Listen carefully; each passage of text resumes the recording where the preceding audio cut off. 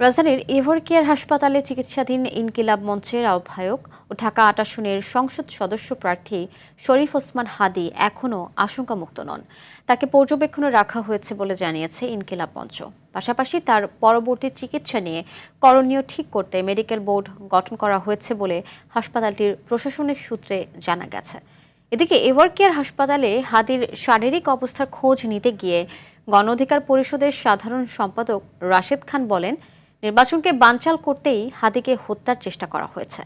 সংকটাপন্ন হাদীর জন্য দেশবাসীর কাছে দোয়া চান রাশেদ।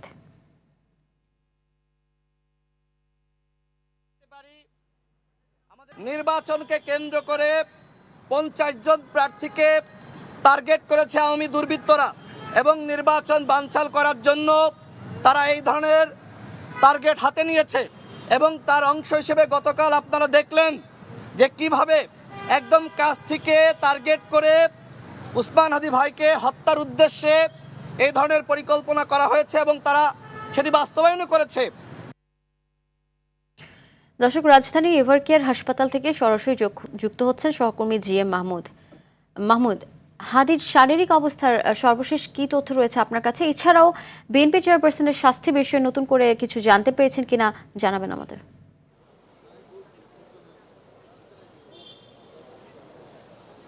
আফসানা, আপনি জানেন যে গতকাল সন্ধ্যার পর থেকে কিন্তু শরীফ ওসমান হাদীকে এভারকেয়ার হাসপাতালে এনে রাখা হয়েছে এবং তার অবস্থা যে আশঙ্কাজনক এটা কিন্তু গতকাল থেকেই জানানো হয়েছে।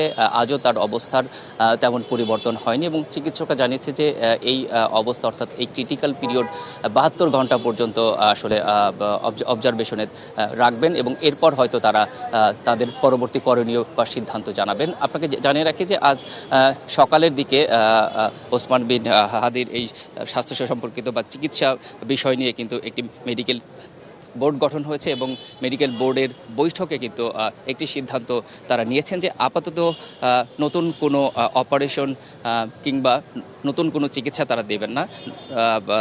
তাদের যে চিকিৎসা চলমান রয়েছে সেটি তারা চালিয়ে যাবেন এবং এরপর 72 ঘন্টা পর আসলে এই বিষয়টি পরিষ্কার হবে যে আসলে পরবর্তী করণীয় কি। যদিও আপনি জানেন যে তার যে ইনজুরি এটি ক্রিটিক্যাল ইনজুরি এবং মারাত্মকভাবে আসলে ব্রেন ক্ষতিগ্রস্ত হয়েছে। ব্রেনের যে মাথায় যেহেতু গুলিবিদ্ধ হয়েছেন এবং ডাক্তাররা এও জানিয়েছেন যে তার মস্তিষ্কে 1-2টি প্রিলেট অর্থাৎ এই গুলির যে অংশবিশেষ রয়েছে এবং সিটি স্ক্যানের মাধ্যমে সেটি ধরা পড়েছে। যদিও গতকাল ঢাকা মেডিকেল কলেজ হাসপাতালে অপারেশনের মাধ্যমে একটি প্রিলেট বের করা হয়েছে। আরও 2-1টি প্রিলেট যেহেতু তার মস্তিষ্কে এখনও রয়েছে, তো এই অবস্থার কারণেই কিন্তু মারাত্মকভাবে ইনজুরি হয়েছে এবং এই জন্যই কিন্তু এই ক্রিটিক্যাল অবস্থা তৈরি হয়েছে। তারপরও ডাক্তাররা বলেছেন যে কিছুটা আশার বা আলো এখনও দেখছেন তারা এবং এই জন্য কিন্তু তারাও দোয়া চেয়েছেন। এবং জানিয়ে রাখি যে গণ অধিকার পরিষদের সভাপতি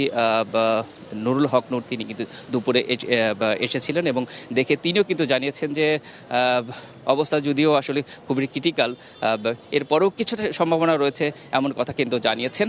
তো সেই প্রেক্ষাপটে আমরা বলতে পারি যে আসলে ওসমান হাদীর যে অবস্থা এটি আসলে 72 ঘন্টা পার না হলে কিছু এখনই বলা যাচ্ছে না, অর্থাৎ এই ক্ষেত্রে এখনই যে ক্রিটিক্যাল অবস্থা এটি হয়তো অব্যাহত রাখবে। এছাড়া জানিয়ে রাখি যে বেগম খালেদা জিয়াও কিন্তু এখানে চিকিৎসাধীন অবস্থায় রয়েছেন এবং তার অবস্থা এখনও কিন্তু স্থিতিশীল আমরা এমনটি জেনেছি। অর্থাৎ এই বিষয়েও আসলে নতুন কোনো আপডেট নেই।